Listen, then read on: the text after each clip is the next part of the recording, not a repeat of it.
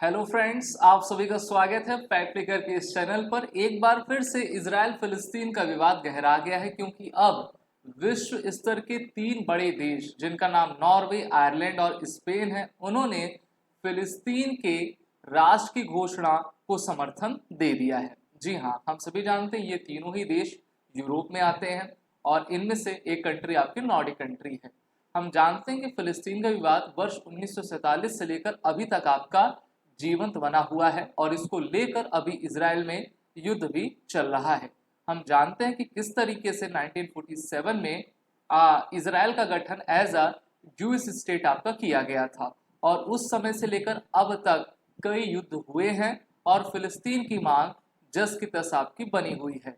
तो बहुत सारे देश ऐसे भी हैं वैश्विक पटल पर जो कि फिलिस्तीन का समर्थन करते हैं और टू स्टेट नेशन की बात किया करते हैं। और इसी में टॉप स्टोरीज इस बार की बनी हुई है। नॉर्वे, आयरलैंड और स्पेन, ये तीनों ही देश एक सुर में कह रहे हैं कि 28 मई एक इंपॉर्टेंट डेट रहेगी जहां पर हम तीनों देश मिलकर फिलिस्तीन के रिकॉग्निशन की मांग आपकी रखेंगे। इससे फिलिस्तीन के लोगों में एक बार फिर से नए उत्साह का संचार आपका हो गया है।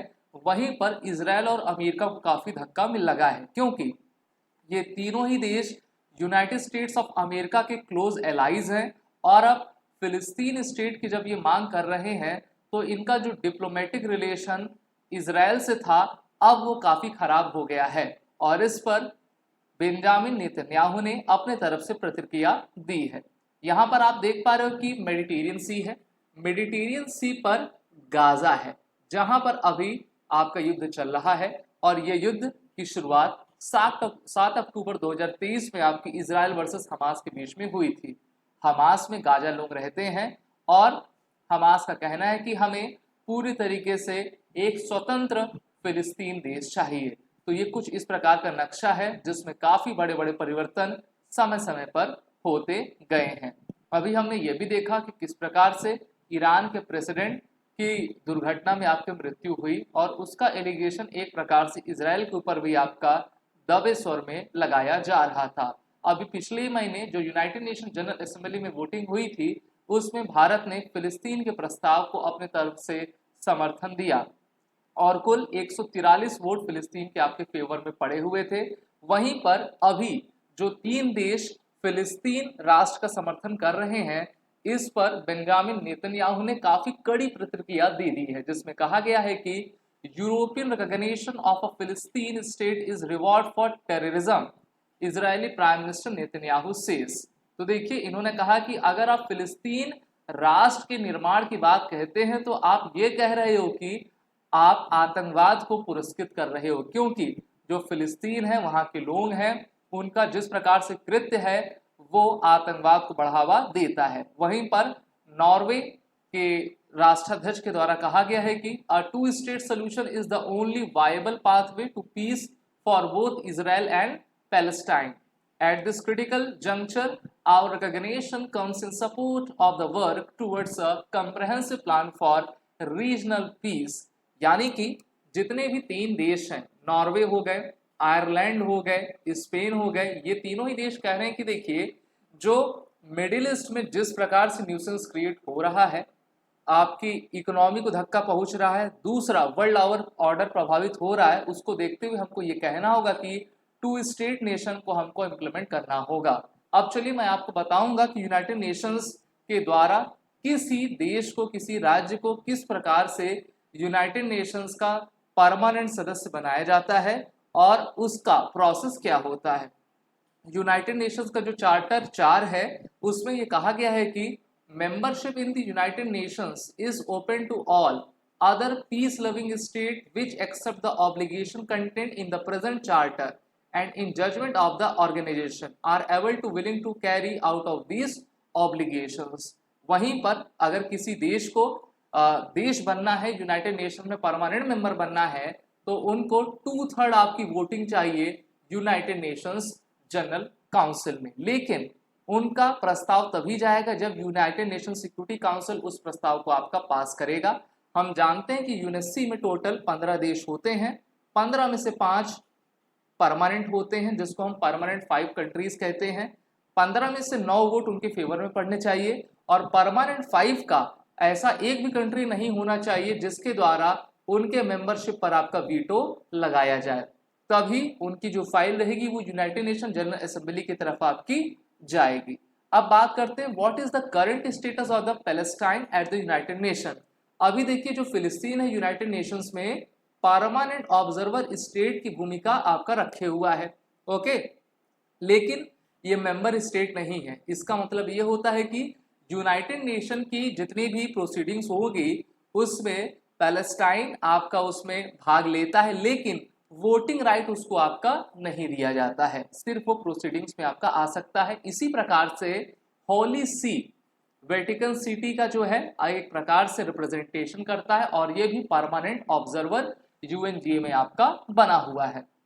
इससे पहले नॉर्वे, आयरलैंड, स्पेन ने जब फिलिस्तीन की मांग आपकी दोहराई तो उससे पहले यूनाइटेड नेशंस में जो आपका वोटिंग हुई थी उसमें 143 वोट्स आपके फिलिस्तीन के पक्ष में पड़े हुए थे। भारत ने भी फिलिस्तीन के पक्ष में समर्थन किया और भारत ने इससे पहले 1988 में फिलिस्तीन के मांग आपकी की थी और भारत कहता है कि हमेशा से 2 स्टेट सॉल्यूशन होना चाहिए, वो भी पीसफुल तरीके से। लेकिन अभी इजराइल ने क्या कह दिया है, इजराइल ने कहा है कि जितने भी हमारे डिप्लोमेट्स नॉर्वे, आयरलैंड, स्पेन में हैं वो तुरंत के तुरंत वहां से आपका वापस हो जाए। अच्छा, नॉर्वे, आयरलैंड, स्पेन के इस मूव से किस प्रकार से फिलिस्तीन को बेनिफिट होगा और इजराइल को धक्का आपका पहुंचेगा। तो देखिए, जब भी समर्थन की मांग आपकी कही जाती है तो इससे होता क्या है, when a state recognizes another it usually leads to the setting up of an embassy and posting a diplomatic official in that country।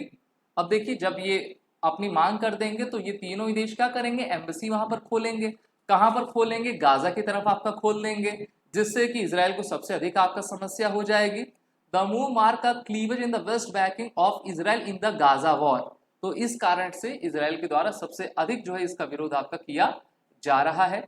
Spain के प्राइम मिनिस्टर के द्वारा कहा गया है कि out of moral conviction for a just cause and because it is the only way that the 2 state Israel फिलिस्तीन can live together in the peace. लेकिन Benjamin Netanyahu कह रहे हैं कि ये जो तीनों देश कह रहे हैं ये आतंकवाद को बढ़ावा दे रहे हैं और फ्रांस के राष्ट्रपति इमैनुअल मैक्रो भी जो है इजराइल का ही समर्थन करते नजर आ रहे हैं।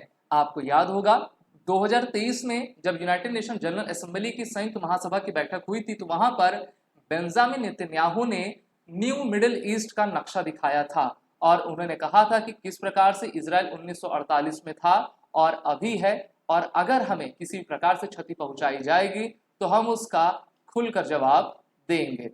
अभी हाल ही में मैंने आपको यह भी बताया था कि इजराइल के द्वारा कतर की सबसे बड़ी न्यूज एजेंसी जिसका नाम अल जजीरा था उसको पूरी तरीके से आपका बैन कर दिया गया है, क्योंकि उन्होंने कहा Al Jazeera is the Hamas mouthpiece. तो इजराइल को घेरने की साजिश मिडिल ईस्ट के कंट्रीज तो करते हैं, अब यहाँ पर यूरोपियन नेशंस भी आ गए हैं। इसलिए आए हैं क्योंकि उनको सबसे बड़ा धक्का किससे लग रहा है, इजराइल वर्सेस हमास के युद्ध से आपका लग रहा है, क्योंकि इससे जो क्रूड ऑयल प्राइसेस हैं वो हाइक हो रही हैं। दूसरा, रेड सी में वो अपने ट्रेड को नहीं कर पा रहे हैं। क्यों नहीं कर पा रहे हैं, क्योंकि आप जानते हो कि जो यमन में हौतीज हैं उनको ईरान के द्वारा आपका बैक किया जा रहा है और ये रेड सी में किसी प्रकार के इकोनॉमिक एक्टिविटी को क्रिएट नहीं होने दे रहे हैं। अगर हम बात करते हैं गाजा की, तो गाजा में 2.1 मिलियन पॉपुलेशन है और ये अब पॉपुलेशन अधिकतर डिस्प्लेस होकर रफा बॉर्डर की तरफ चली गई है और वहां पर भी इजरायली डिफेंस फोर्सेस काफी तेजी से आगे बढ़ रहे हैं। साथ ही साथ अगर हम देखें रफा बॉर्डर में अभी यूनाइटेड नेशंस के कॉन्वॉय पर हमला हुआ था जहां पर हमारे इंडियन आर्मी के सेवानिवृत्त जो कर्नल थे उनकी भी आपकी डेथ हो गई थी। तो ये फिलिस्तीन इजराइल के 2 स्टेट नेशन की मांग बढ़ रही है। भारत तो दोनों का पक्षधर है कि शांति से जो है इस मामले का आपको सुलझाना चाहिए, लेकिन इजराइल बिल्कुल नहीं चाहता है कि इस समय फिलिस्तीन के राष्ट्र बनने में कोई भी देश उसकी तरफ से उनके विरोध में आपका आगे बढ़े। आपकी प्रतिक्रिया क्या है, आप सभी कमेंट बॉक्स में कमेंट जरूर करें। साथ ही साथ वीडियो अच्छा लगा हो तो इसको लाइक कर दें, चैनल को सब्सक्राइब कर दें। चैनल का नाम फैक्ट फ्लिकर है। Wish you all the best and जय हिंद।